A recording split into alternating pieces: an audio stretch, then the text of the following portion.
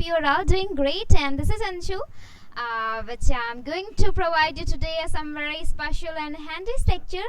So आप सभी लोगों का एक बार फिर से स्वागत है इस चैनल पे, जहाँ पे आज आप लोग सीखने वाले हैं बहुत ही कमाल के स्ट्रक्चर जो आपके इंग्लिश स्पीकिंग स्किल के लिए बहुत ही ज़्यादा वर्कफुल होगा। और ये ऐसे स्ट्रक्चर हैं जो आप अपनी डेली लाइफ में काफ़ी ज़्यादा यूज़ करते हैं, but the thing is that how you have to use in your daily routine, how you have to speak that types of sentence in English, this is the matter. So that's the reason that कि आज मैं आप लोगों को कुछ ऐसे structure provide करूंगी जो आपके इंग्लिश स्पीकिंग के लिए बहुत ही कमाल का होगा। बाय द वे, मैं तो आप लोगों को डेली ऐसे ही स्ट्रक्चर प्रोवाइड करती हूँ जो आप अपनी डेली लाइफ में बहुत ज़्यादा यूज़ करते हैं।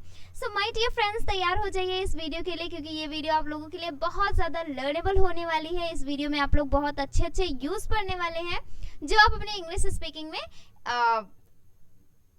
यूज़ करके अपनी इंग्लिश स्पीकिंग को इम्प्रूव कर सकते हैं। तो चलिए इसी के साथ बढ़ते हैं हमारी वीडियो की ओर और देखते हैं आज का हमारा पहला जो स्ट्रक्चर है। अब भी हम स्ट्रक्चर की ओर नहीं बढ़ते हैं, बट स्टिल मैं आप लोगों को कुछ इन्फॉर्मेशन देना चाहती हूँ कि एज यू नो आज डे 13 है और डे 13 की क्लास में आज आप लोग स्ट्रक्चर पढ़ने वाले हैं। और इस क्लास को स्टार्ट करने से पहले, जैसा कि आप लोग जानते हैं, मैं आप लोगों के लिए डेली एक मैसेज या फिर स्टोरी लेके आती हूँ। तो आज ये आप लोगों के लिए एक मैसेज है, बहुत ही कमाल का मैसेज है। And the message is that this is the message that a beautiful person are not always good, but the good people are always beautiful. इसका मतलब ये है, ज़रूरी नहीं कि जो अच्छा दिखता है वो अच्छा हो ही, लेकिन जो अच्छा होता है वो अच्छा दिखता भी है। Okay, that's a means of this कि आपको जैसे that you should find that the person who have a internal beauty, not external beauty. Okay, जो आप ऐसे इंसान को तलाश करिए जो अंदर से खूबसूरत है, मतलब जिसका दिल खूबसूरत है, जो बहुत ही अच्छा हो। ओके, क्योंकि चेहरे से तो हर कोई अच्छा ही दिखता है। So you should find that peoples, okay, that whose heart is pure, whose heart is clear. Okay, so इसी कोटेशन के साथ बढ़ते हैं हमारी क्लास की ओर एंड देखते हैं आज के हमारे स्ट्रक्चर को कि आज हम किस तरह के स्ट्रक्चर पढ़ने वाले हैं। सो हे माय डियर फ्रेंड्स, आज का जो पहला स्ट्रक्चर है द यूज ऑफ, आज का यूज है डू और डज का। सबसे पहले हम यूज पढ़ेंगे डू और डज का। हमारा दूसरा जो स्ट्रक्चर है नीड नॉट टू का, आप यहाँ पे यूज करेंगे नीड नॉट टू का। हमारा थर्ड स्ट्रक्चर है आस्क हिम, आस्क हर या फिर आस्क देम टू का। ओके, और हमारा फोर्थ स्ट्रक्चर है कम व्हाट मे का। कम व्हाट मे भी हम बहुत ज़्यादा यूज़ करते हैं। और हमारा लास्ट स्ट्रक्चर है आई डू का। तो आज आप लोग ये सारे स्ट्रक्चर पढ़ने वाले हैं जो अपनी डेली लाइफ में यूज़ करके अपनी इंग्लिश स्पीकिंग स्किल को इम्प्रूव कर सकते हैं। पहला डू और does, need not to, ask him और her to, come what may and I do का यूज करेंगे। ठीक है, बहुत ही कमाल का स्ट्रक्चर है। अब चलिए इसी के साथ हम बढ़ते हैं हमारे पहले स्ट्रक्चर की ओर, डू और डज की ओर, कि देखते हैं हम इसका यूज किस तरह से करते हैं। ठीक है, so you have to let's proceed towards the structure. So सबसे पहला हमारा स्ट्रक्चर है वो है डू और डज का। देखिए बहुत ही कमाल का स्ट्रक्चर है। सो डू और डज यूज़ करना है। सबसे पहले मैं आप लोगों को स्ट्रक्चर समझा देती हूँ। स्ट्रक्चर में आपको करना क्या है, सबसे पहले आपको डू और डज का यूज़ करना है, फिर सब्जेक्ट का यूज़ करना है, वर्ब की फर्स्ट फॉर्म का यूज़ करना है और आधा वर्ड का यूज़ कर देना है। ठीक है, बहुत ही कमाल का स्ट्रक्चर इसलिए है क्योंकि आप इससे रिलेटेड बहुत सारे सेंटेंस अपनी डेली लाइफ में स्पीक करते हैं। सो that's the reason that it's a very useful for you all. So now let's move ahead. चलिए इससे हम कुछ पहले एग्जाम्पल ले लेते हैं ताकि आपको ये स्ट्रक्चर जो है समझ में आ जाए और आपको आइडिया लग जाए कि आपको किस तरह के सेंटेंस इससे रिलेटेड बोलने हैं। ठीक है, तो डू और डज का मतलब होता है करते। जैसे क्या तुम काम करते हो, क्या तुम पढ़ाई करते हो, क्या तुम वीडियो बनाते हो, क्या तुम उससे बात करते हो। तो जब भी हम इस तरह के सेंटेंस के बारे में बात करते हैं तो वहाँ पे हम यूज़ करते हैं डू और डज का। उसके बाद हम सब्जेक्ट का यूज़ करते हैं, वर्ब की फर्स्ट फॉर्म का यूज़ करते हैं एंड आधा वर्ड का यूज़ कर देते हैं। अभी हम चलिए कुछ एग्जाम्पल से समझते हैं। जैसे यहाँ पे हमारा पहला जो एग्जाम्पल है, क्या तुम अंग्रेज़ी बोलते हो, क्या तुम अंग्रेजी बोलते हो? अब सिंपली आप इसको कैसे यूज कर सकते हैं, तो सबसे पहले देखिए हम डू और डज का यूज कहाँ पे करेंगे। देखिए डू का यूज आप सिंगुलर के साथ करिएगा, डज का यूज करिएगा आप प्लूरल के साथ। अब डू जैसे डू आपको करना हुआ तो जैसे आई, वी, दे, यू, इसके साथ आपको डू का यूज करना है क्योंकि ये सारे सब्जेक्ट क्या होते हैं, प्लूरल होते हैं। फिर डज का यूज करना है आपके सिंगुलर के साथ, जैसे ही, शी, इट या फिर कोई नाम हो गया, ठीक है। तो सबसे पहले हम सब्जेक्ट से उठाते हैं, क्योंकि अगर हमें पहले नहीं पता होगा कि हमें डू कहाँ पे लगाना है, डज कहाँ पे लगाना है, तो हमारा सेंटेंस क्या हो जाएगा, रॉन्ग हो जाएगा, ठीक है। तो सबसे पहले हमारा सब्जेक्ट की ओर हम बढ़ते हैं। तो सब्जेक्ट हमारा है तुम, तो तुम हमारा प्लूरल है, दैट्स व्हाई आपको यूज क्या करना है, डू का। किसका यूज करना है, डू का। जैसे फॉर द एग्जाम्पल, जैसे यहाँ पे आप देख सकते हैं, डू यू स्पीक इंग्लिश। देखिए सबसे पहले हम लगाएंगे डू का, क्योंकि यहाँ पे हमारा सब्जेक्ट है यू, यू हमारा है प्लूरल, इस वजह से सबसे पहले हम लगाएंगे डू से, हम स्टार्टिंग करेंगे। तो डू यू, अब काम क्या हो रहा है, बोलने का। तो बोलने की इंग्लिश होती है स्पीक, यहाँ पे हो जाएगी स्पीक, एंड उसके बाद आपको यहाँ पे इंग्लिश का यूज करना है, okay. Do you speak English, क्या तुम अंग्रेजी बोलते हो, do you speak English, okay. अगला हमारा एग्जाम्पल है, क्या तुम स्कूल जाते हो, क्या तुम स्कूल जाते हो। इसको इंग्लिश में कैसे बोलेंगे, ओके। सपोज दैट आप कई दिनों से स्कूल ना गए हो और आपने अपने फ्रेंड से पूछा कि स्कूल में क्या चल रहा है, क्या तुम स्कूल जाते हो, तो कैसे इसको इंग्लिश में बोलेंगे, do you go to the school, do you go to school, क्या तुम स्कूल जाते हो। तो इस तरह से आप ढेर सारे सेंटेंस को क्रिएट करके और अपनी इंग्लिश स्पीकिंग में इसको यूज कर सकते हैं। चलिए आगे बढ़ते हैं और लेते हैं कुछ और एग्जाम्पल, ताकि आपको ये और अच्छे से समझ में आ जाए। अगला हमारा जो एग्जाम्पल है, क्या वह बाजार जाता है, क्या वह बाजार जाता है, इसको इंग्लिश में कैसे बोलेंगे, Does he go to the market। अब देखिए यहाँ पे हमारा सब्जेक्ट है वह, तो वह की इंग्लिश होती है ही, और ही हमारा सिंगुलर है, इस वजह से यहाँ पे हम यूज करेंगे डज का। तो सबसे पहले हमने स्टार्टिंग की है डज से, फिर डज पहले हम यूज करेंगे, फिर हमारा सब्जेक्ट है वह की इंग्लिश होती है ही। अभी काम क्या हो रहा है, जाने का, तो जाने के लिए हम गो। अब कहाँ जा रहे हैं, मार्केट जा रहे हैं, मतलब बाजार जा रहे हैं, तो यहाँ पे हम मार्केट का यूज करेंगे।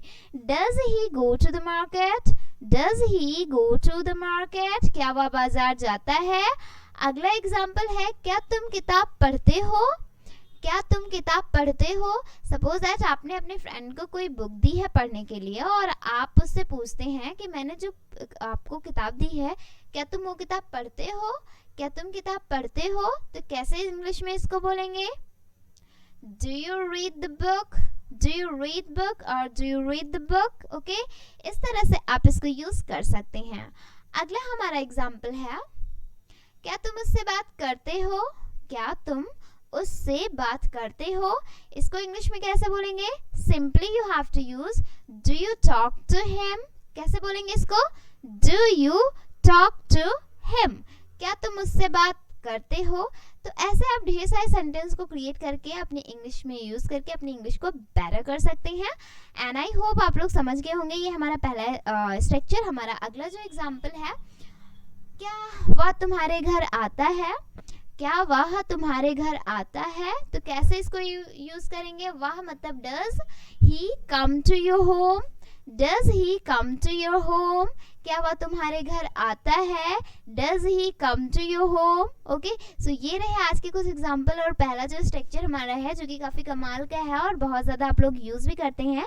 सो आई होप दैट आप लोगों को ये समझ में आ गया होगा। But the thing is that I would like to tell you to all that आपको इस पर प्रैक्टिस ज़रूर करनी है, क्योंकि जितना ज़्यादा आप प्रैक्टिस करेंगे ये आपका इम्प्रूव होता जाएगा, ठीक है। अब हमारा अगला है नीड का, ठीक है। हमारा जो दूसरा स्ट्रक्चर है वो है नीड नॉट टू का। बहुत ही कमाल का स्ट्रक्चर है। जब आप किसी कभी गुस्से में ही होते हैं तो ये ज़रूर यूज़ करते हैं, ठीक है। पहले क्या करना है, आपको सब्जेक्ट यूज़ करना है, नीड नॉट टू का यूज़ करना है, वर्ब की फर्स्ट फॉर्म का यूज़ करना है, फिर आधा वर्ड का यूज़ कर देना है, ठीक है। बहुत ही कमाल का है। अब जैसे इसको हम यूज़ करते हैं, कोई ज़रूरत नहीं। जैसे अगर आपको कहना हुआ उससे बात करने की कोई ज़रूरत नहीं, वहां जाने की कोई जरूरत नहीं। ओके, तो जब भी हम इस तरह की बातें करते हैं कि कोई जरूरत नहीं है ये काम करने की, तो वहां पे हम यूज करते हैं नीड नॉट टू का। ठीक है, तो सबसे पहले हमें सब्जेक्ट यूज करना है, नीड नॉट टू का यूज करना है, वर्ब की फर्स्ट फॉर्म यूज करनी है, अदर वर्ड यूज कर देना है। ठीक है, अब हमारा कुछ लेते हैं हम कुछ एग्जाम्पल, ताकि आपको ये बहुत अच्छे से समझ में आ जाए। तो हमारा पहला जो एग्जाम्पल है वो है, तुम्हें कोई जरूरत नहीं है वहां जाने की। वहां जाने की यहाँ पे आप यूज कर दीजिएगा। ओके, तुम्हें कोई जरूरत नहीं है वहां जाने की। ओके, तो इसको कैसे इंग्लिश में बोलेंगे? अब सबसे पहले हमारा सब्जेक्ट है तुम्हें, मतलब यू, नीड नॉट टू, तो यहाँ पे हम यूज करेंगे नीड नॉट टू। अब that's one of the things that I would like to tell you कि मैंने सेंटेंस में नॉट नहीं लगाया है, सो आपको नॉट जरूर लगा देना है नीड नॉट टू का। ठीक है, आप स्ट्रक्चर में देख सकते हैं, स्ट्रक्चर में नॉट नीड के बाद नॉट है, तो यहाँ पे नॉट लगाइएगा। You need not to go there, कोई जरूरत नहीं है वहां जाने की। ओके, तुम्हें कोई जरूरत नहीं है वहां जाने की। सपोज दैट आपने कहा कि मम्मी मैं अपने फ्रेंड के यहाँ जाना चाहता हूँ, या फिर आप एज अ सिंपली कोई स्थान ले लीजिए, आपने कहा कि मैं वहाँ जाना चाहता हूँ, आपके मम ने कहा कोई ज़रूरत नहीं वहाँ जाने की, या फिर आपसे किसी ने पूछा कि मैं वहाँ चला जाऊँ, तो आप कह सकते हैं कोई ज़रूरत नहीं है वहाँ जाने की, नो नीड टू। यहाँ पे आप यूज कर सकते हैं, अब तुम्हें कोई जरूरत नहीं है वहां जाने की, you need not to go there, you need not to go there, तुम्हें कोई जरूरत नहीं है वहां जाने की। अगला हमारा है, तुम्हें कोई जरूरत नहीं है उससे बात करने की, तुम्हें कोई जरूरत नहीं है उससे बात करने की।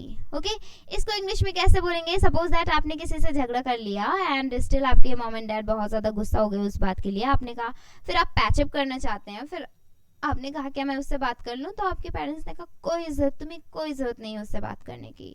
ठीक है, तो इसको इंग्लिश में कैसे बोलेंगे? You need not to. Okay, by the way मैंने यहाँ पे भी that's I made a mistake, that not नहीं लगाया है, सो यहाँ पे आपको नॉट लगा देना है। You need not to talk to him, तुम्हें कोई जरूरत नहीं है उससे बात करने की। ओके, तुम्हें कोई जरूरत नहीं है उससे बात करने की, you need not to talk to him. आगे बढ़ते हैं हमारे अगले एग्जाम्पल की ओर। तो हमारा अगला एग्जाम्पल है, तुम्हें कोई जरूरत नहीं है गाना गाने की, तुम्हें कोई जरूरत नहीं है गाना गाने की। कैसे यूज करेंगे? देखिए यहाँ पे मैंने नॉट लगाया है, तो आप सभी लोगों से ये गुजारिश है कि आप लोग नॉट लगा दीजिएगा उन दोनों सेंटेंसेस में। ठीक है, अब तुम्हें कोई जरूरत नहीं है गाना गाने की, you need not to sing song, तुम्हें कोई जरूरत नहीं है गाना गाने की। सपोज दैट आपके दोस्त का परफॉर्मेंस और अनफॉर्चुनेटली वो ना पहुंच पाए, बट मतलब बस थोड़ी ही देर हुआ हो और शो स्टार्ट ही होने वाला हो, बट वो आ जाए, तो जो आपके नेक्स्ट फ्रेंड्स हो वो इस तरह से यूज करते हैं ना, अब तुम्हें कोई जरूरत नहीं है गाना गाने की, क्योंकि जिसको गाना है वो आ गया, you need not to sing song. Okay, अगला है, तुम्हें कोई जरूरत नहीं है स्कूल जाने की, तुम्हें कोई जरूरत नहीं है स्कूल जाने की, तुम घर पे ही पढ़ सकते हो। तो जब भी हम इस तरह के सेंटेंसेस को बोलते हैं, तुम्हें कोई जरूरत नहीं है ये काम करने की, तो वहां पे हम यूज करते हैं नीड नॉट टू का। अब हमारा एग्जाम्पल है, तुम्हें कोई जरूरत नहीं है स्कूल जाने की, you need not to go to school, you need not to. यहाँ पे देखिए आपको नीड नॉट टू का यूज करना है, you need not to go to school. ठीक है, अगला है, तुम्हें कोई जरूरत नहीं है झूठ बोलने की, तुम्हें कोई जरूरत नहीं है झूठ बोलने की। कैसे इसको बोलेंगे? You need not to tell a lie, you need not to tell a lie, तुम्हें कोई जरूरत नहीं है झूठ बोलने की, क्योंकि आपको कोई पनिश नहीं करेगा, तो आप सच बोल सकते हैं, you need not to tell a lie. Okay, अगला हमारा जो एग्जाम्पल है वो है, उसे कोई जरूरत नहीं है कुछ कहने की, उसे कोई जरूरत नहीं है कुछ कहने की। तो यहाँ पे यू की जगह पे he need not to say something. Okay, कुछ कहने की, एनीथिंग आप यहाँ पे यूज कर सकते हैं, उसे कोई जरूरत नहीं है कुछ कहने की, he need not to say something. Okay, उसे कोई ज़रूरत नहीं है कुछ भी कहने की, यहाँ पे आप यूज़ कर सकते हैं, या फिर कुछ भी कहने की, कुछ कहने की। Okay, something, anything you can use here. So I hope guys you got it. आगे बढ़ते हैं हमारे अगले स्ट्रक्चर की ओर एंड देख लेते हैं आज का हमारा अगला स्ट्रक्चर, जो हम बहुत ही पढ़ने वाले हैं, जो कि बहुत ही कमाल का है आप लोगों के लिए। तो हमारा अगला स्ट्रक्चर है, ask him, her or them to, and after that you have to use the first form of verb, and after that you have to use other word. Okay, so यहाँ पे आपको इस तरह से इसको यूज करना है।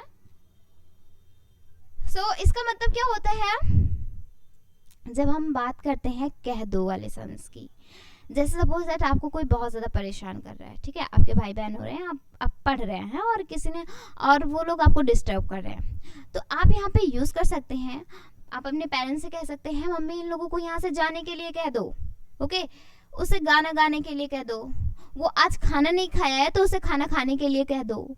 तो जब भी हम बात करते हैं कह दो वाले सेंटेंस की, तो वहाँ पे हम आस्क हिम हर या फिर देम टू का यूज़ करते हैं, वर्ब की फर्स्ट फॉर्म यूज़ करते हैं, मतलब जो आपका वर्ब होगा, जो आपकी क्रिया होगी उसको यूज़ करेंगे, फिर अदर वर्ड का यहाँ पे हम यूज़ करेंगे। तो जैसे कि आप पहला एग्जाम्पल देख ही रहे हैं कि हमारा पहला एग्जाम्पल है उसे यहाँ से जाने के लिए कह दो। सपोज दैट आपको कोई बहुत ज़्यादा डिस्टर्ब कर रहा है, आप स्टडी कर रहे हैं, तो आपने अपने पेरेंट्स से कहा कि उसे यहाँ से जाने के लिए कह दो, तो इसको इंग्लिश में कैसे बोलेंगे? Ask him to go from here, ask him to go from here, मतलब उसे यहाँ से जाने के लिए कह दो। अगला एग्जाम्पल है उसे खाना खाने के लिए कह दो। अब कोई भूखा है, काफ़ी टाइम से खाना नहीं खाया है, तो यहाँ पे आप इसको यूज़ कर सकते हैं कि उसे खाना खाने के लिए कह दो। तो इसको इंग्लिश में कैसे बोलेंगे? उसे खाना खाने के लिए कह दो। देखिए, ask her to eat food, ask her to eat food. अब सपोज दैट आप गुस्से में बैठ गए हों और आपके पेरेंट्स ने अपने भाई से कहा उसे खाना खाने के लिए कह दो, क्योंकि वो आज खाना नहीं खाई है गुस्से में, तो कैसे बोलेंगे? Ask her to eat food, okay, ask her to eat food. अगला हमारा एग्जाम्पल है उन्हें काम करने के लिए कह दो, उन्हें काम करने के लिए कह दो। तो आपको ये ऐसे समझ में ही आ रहा है कि हमारा प्लूरल है, मतलब उन्हें की इंग्लिश होती है them। तो यहाँ पे हम क्या यूज करेंगे? ask them to do work, ask them to do work। उसे उन्हें काम करने के लिए कह दो। कोई बहुत सारे ढेर सारे लोग हैं एक कंपनी में वर्क कर रहे हैं और वो सब लोग स्टॉप हो गए हो, तो मालिक ने कहा कि उन सभी को काम करने के लिए कह दो, काम रुके ना, okay, ask them to do work, okay. तो वहाँ पे हम यूज़ करेंगे। अगला हमारा एग्जाम्पल है उसे पढ़ाई करने के लिए कह दो, उसे पढ़ाई करने के लिए कह दो। सपोज दैट आपके घर में कोई छोटे, अब ऐसा ज़रूर होता है कि जो छोटे भाई बहन होते हैं वो पढ़ते बहुत कम ही हैं, बहुत ज़्यादा हिचकिच करते हैं, तो यहाँ पे आप इसको यूज़ कर सकते हैं कि उसे पढ़ाई करने के लिए कह दो। आपके पेरेंट्स ने कहा अपने भाई को पढ़ाई करने के लिए कह दो, उसे पढ़ाई करने के लिए कह दो, एग्जाम आने वाले हैं, नहीं तो फेल हो जाएगा। तो इसको इंग्लिश में कैसे बोलेंगे? Ask him to study, ask him to study, मतलब उसे पढ़ाई करने के लिए कह दो।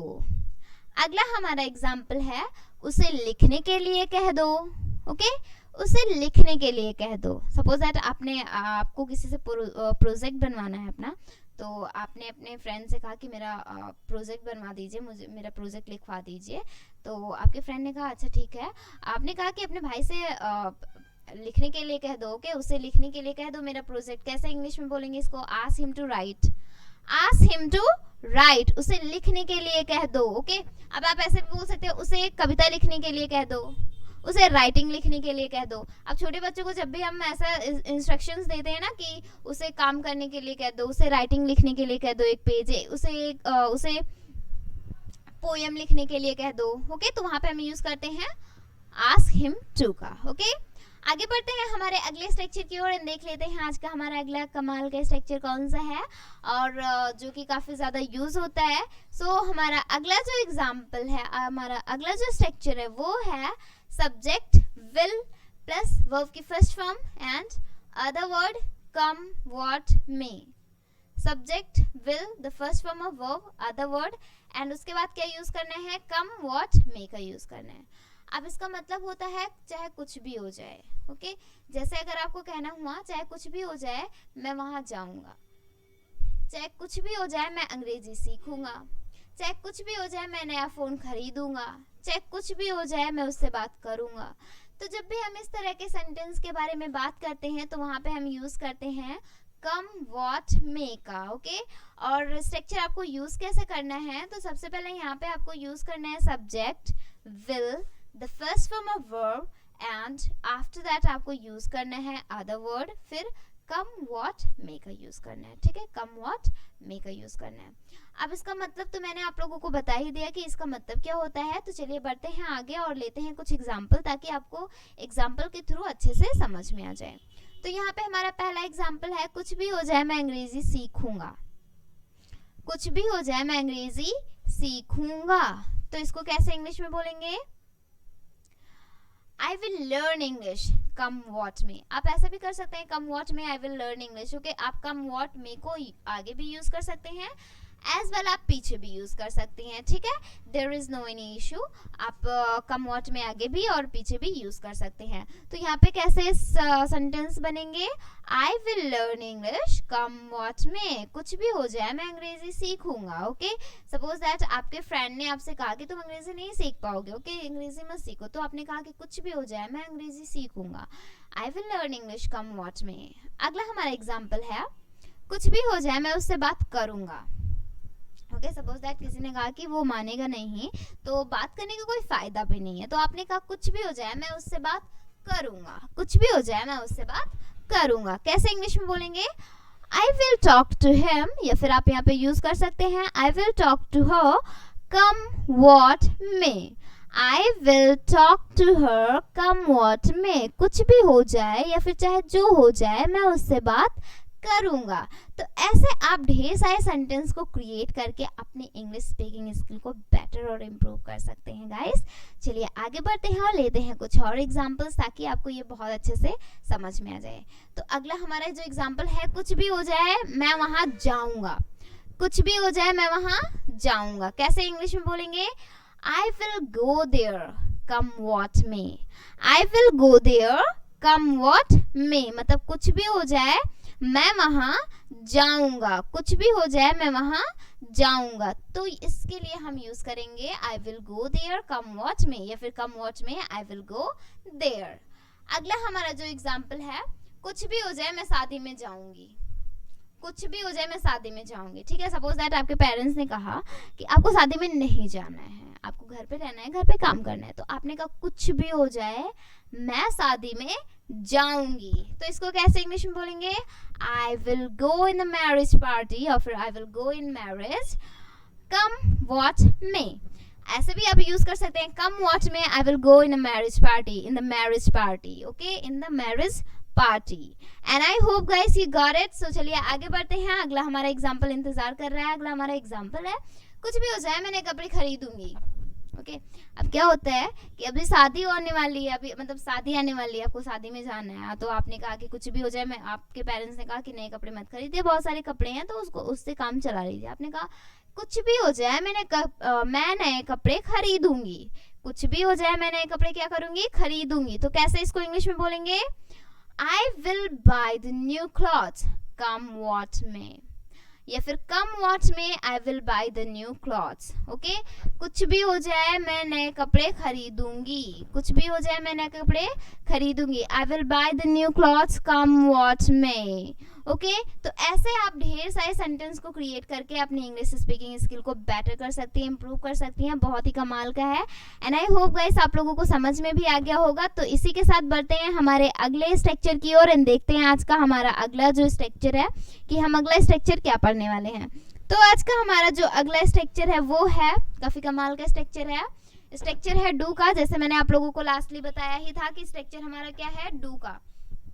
अब डू मतलब क्या होता है? आप लोग कहेंगे डू मतलब करना होता है, डेफिनेटली डू मतलब करना होता है, बट यहाँ पे स्ट्रक्चर हमारा थोड़ा सा चेंज है, ठीक है। अब सबसे पहले मैं आपको स्ट्रक्चर समझा दूं।